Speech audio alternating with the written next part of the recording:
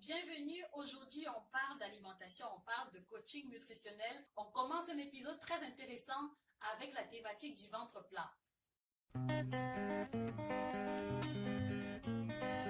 Are you ready now? Dans les critères qui permettent de définir si notre ventre est plat ou pas, est-ce que c'est lorsque mon vêtement flotte dans mon pantalon que je peux oser dire que j'ai un ventre plat?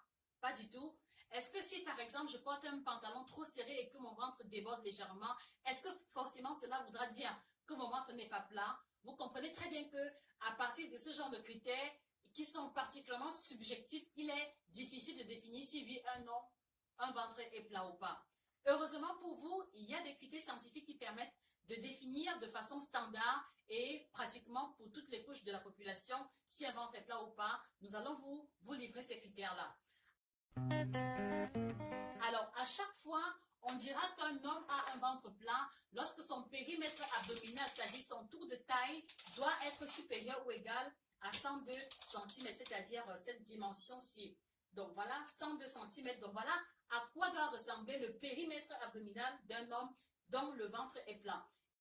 Et pour que vous ayez une meilleure idée, voilà à peu près à quoi se veut être la dimension du ventre plat d'un homme. Donc, 102 cm chez l'homme, pour qu'on parle de ventre plat, et qu'en est-il chez les femmes? Donc, pour qu'on dise qu'une femme a un ventre plat, il faudrait que son tour de taille soit de 88 cm, c'est-à-dire cette dimension-ci, voilà. Donc, voici à quoi, voilà, nous sommes à 88, donc, voici à quoi doit ressembler le périmètre abdominal du ventre plat d'une femme.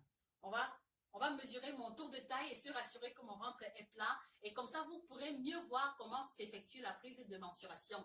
Donc, il est question de mesurer le tour de nombril. Donc, localisez votre nombril. Le mien, il est ici. Donc, voici mon nombril. Position relâchée parce qu'on ne doit pas serrer le ventre avant de prendre les mensurations du tour de taille. Non.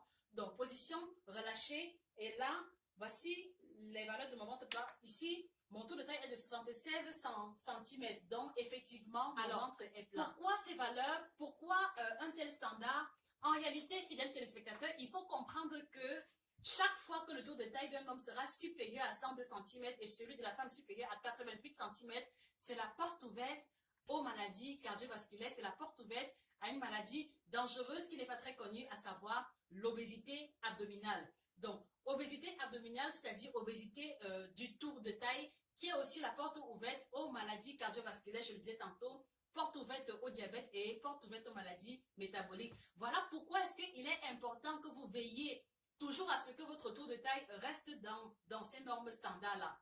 Alors, j'ai une question à vous poser. Quel est votre tour de taille?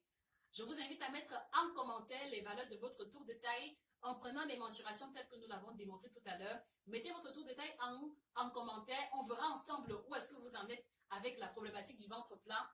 Et très prochainement, on verra de façon concrète les astuces et les solutions qui sont disponibles pour pouvoir retrouver le ventre plat si jamais vous avez perdu le vôtre. C'était Josica pour la chronique nutritionnelle. Passez une excellente journée. Retrouvez-nous sur www.josicainstitute.com et ne ratez rien de l'actualité nutritionnelle africaine. Excellente journée et que le bien-être vous accompagne.